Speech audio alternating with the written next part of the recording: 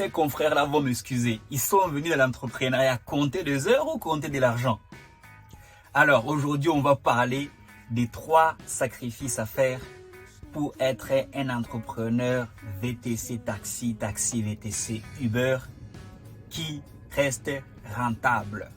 Alors, reste connecté.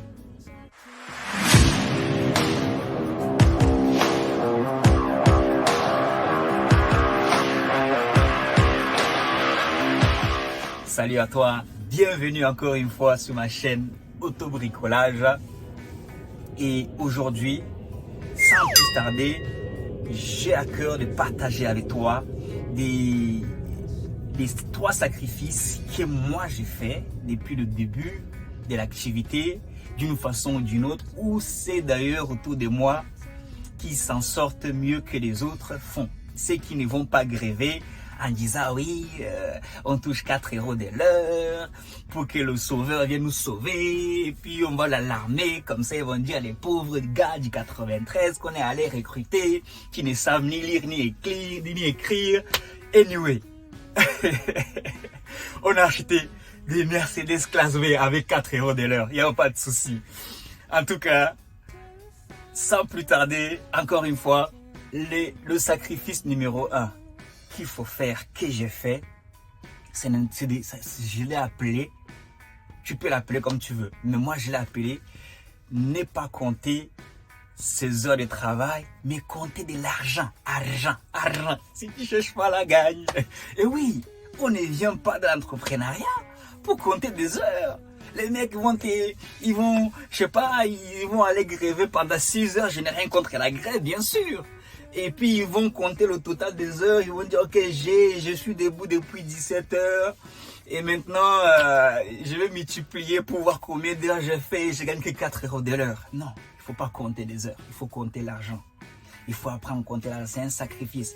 Et tu dois travailler, autrement dit au fait, tu dois travailler dur en fonction de tes objectifs, tout simplement. Tu vois, c'est aussi simple que ça, tu dois aller compter tu peux passer des heures sans rien gagner aujourd'hui, mais demain, tu vas compter des heures.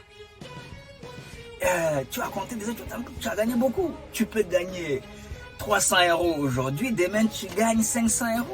Mais les défaitistes et les alarmistes vont toujours prendre le côté noir du tableau pour dire au fait, bon là, dans la semaine, il y a 2 jours, où j'ai travaillé 10 heures, j'ai même pas eu 200 €. Du coup, je ne me base pas, j'analyse l'activité sur la base de ces heures où j'ai gagné moins.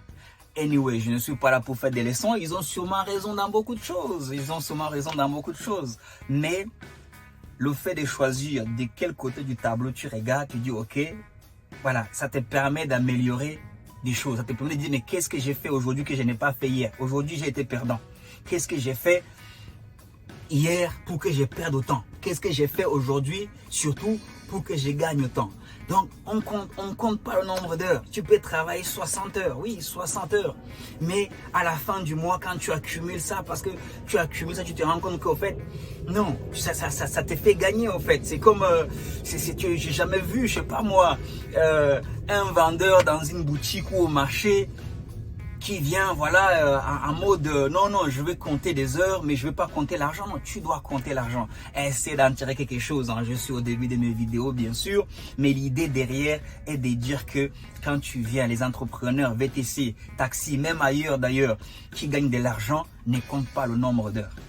Tu travailles et à faute de travailler, ton nombre d'heures, tu cumules, ça finit par payer un jour ou un autre, un moment ou un autre. Mais tu n'es pas là à mode. D'ailleurs, ça va me permettre d'aller sur le point numéro 2 parce que je vais faire une vidéo de 10 minutes. Mais tu apprends quelque chose parce que je sais que si tu cliques sur cette vidéo, c'est que cette thématique t'intéresse, c'est que tu es déjà dans le VTC, tu t'es lancé ou tu veux te lancer ou tu envisages la reconversion. Donc, tu as envie d'apprendre des choses qui vont te permettre aussi de voir le métier différemment, de voir les choses plus claires, de te programmer, un retour d'expérience. Donc sans plus tarder, le sacrifice numéro 2 consiste à dire tout simplement oublier les petits longs week-ends et le petit et long week-end. Oubliez les jolis petits week-ends et les jolis longs week-ends. Comme là aujourd'hui, nous sommes le lundi Pentecôte. Ah oui, et nous sommes au mois de juin, c'est le mois des mains, juin, il y a trop des longs week-ends. Un entrepreneur VTC, justement, c'est là qu'il travaille. C'est là qu'il travaille. D'ailleurs, actuellement, tu entends des avions voler au-dessus. J'ai pris le temps de faire cette petite vidéo parce que j'ai un retard d'1 heure sur le vol de mes passagers. Et donc, avant de les récupérer, j'ai dit, ok, c'est l'occasion. J'ai fait ma petite vidéo qui apparaîtra normalement jeudi. J'essaie de respecter ça jeudi ou vendredi. Pour te dire justement que c'est là, quand tu vois le soleil comme ça là, nous c'est là qu'il faut gagner de l'argent, tu vois. C'est là qu'il faut gagner de l'argent. Donc on compte pas les petits week-ends. Quand tout le monde est parti là, toi tu dois rester là. Toi tu dois rester là, c'est toi qui les amènes en fait. Donc tu peux pas partir même en même temps que... C'est toi qui les amènes peut-être en soirée, tu vois, en boîte de nuit. Moi, j'étais habitué à travailler la nuit.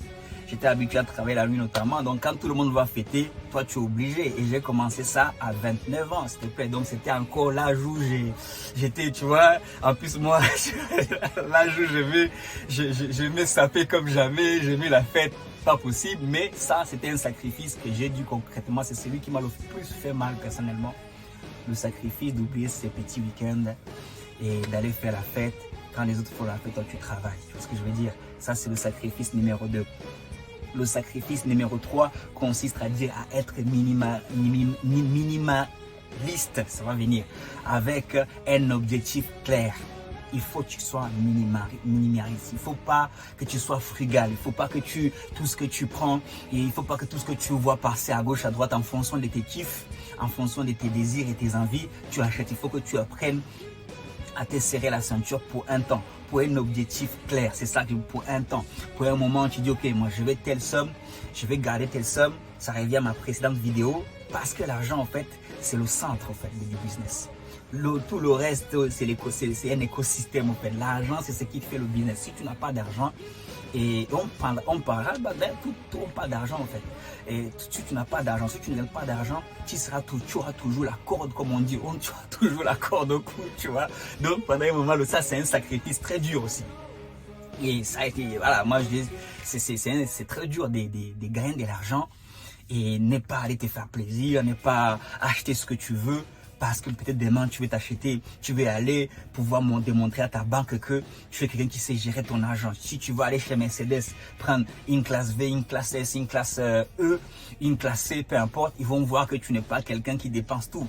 Ils vont te dire, ok monsieur, ben, il faut un apport de 15 000 euros. Tu n'auras pas du mal à dire, ok, voilà, su me relever des comptes bancaires parce qu'ils te le demanderont, que ce soit ta banque te demanderont pas parce qu'ils ont déjà, mais si tu veux prendre un leasing, quelque chose comme ça, ils vont voir tes habitudes. Ils vont voir si tu es quelqu'un qui va chez Gucci, si tu es quelqu'un qui va, je sais pas, t'acheter les sacs Louis Vuitton. Ils vont voir toutes ces choses-là et ils ne pourront pas te faire confiance. D'ailleurs, dans les modules, et je me rappelle de cette question, je ne l'ai jamais oubliée parce que à l'époque où je passais la formation taxi VTC, j'ai fait aussi la formation, ils m'ont demandé de définir c'est quoi la solvabilité. Elle m'a marqué parce que je n'ai pas parvenu à définir ces mots en fait, à l'époque, là, il y a maintenant 5 ans. C'est quoi la solvabilité? Justement, ils vont voir c'est quoi ta capacité à rembourser, ta capacité à être solvable, en fait, à rembourser à court, moyen, long terme, ta capacité justement à tenir la caisse.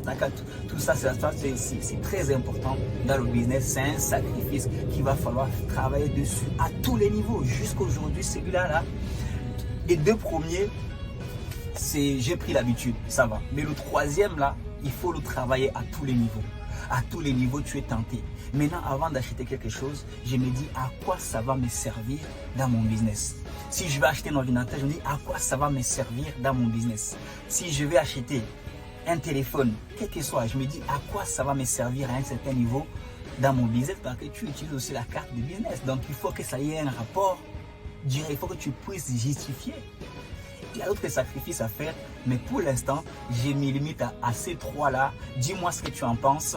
Dis-moi si c'est une façon dont je peux améliorer aussi le contenu que je te sers. Parce que vraiment, et merci. Merci pour les 100 abonnés, 100 premiers abonnés. Ça veut dire que le sujet intéresse de plus en plus. Donc, n'hésite pas à le partager à quelqu'un. Ça peut vraiment faire la différence dans la vie de quelqu'un. Sur ce, j'ai te dit à très vite dans la prochaine vidéo. Prends soin de toi. Ciao, ciao, ciao.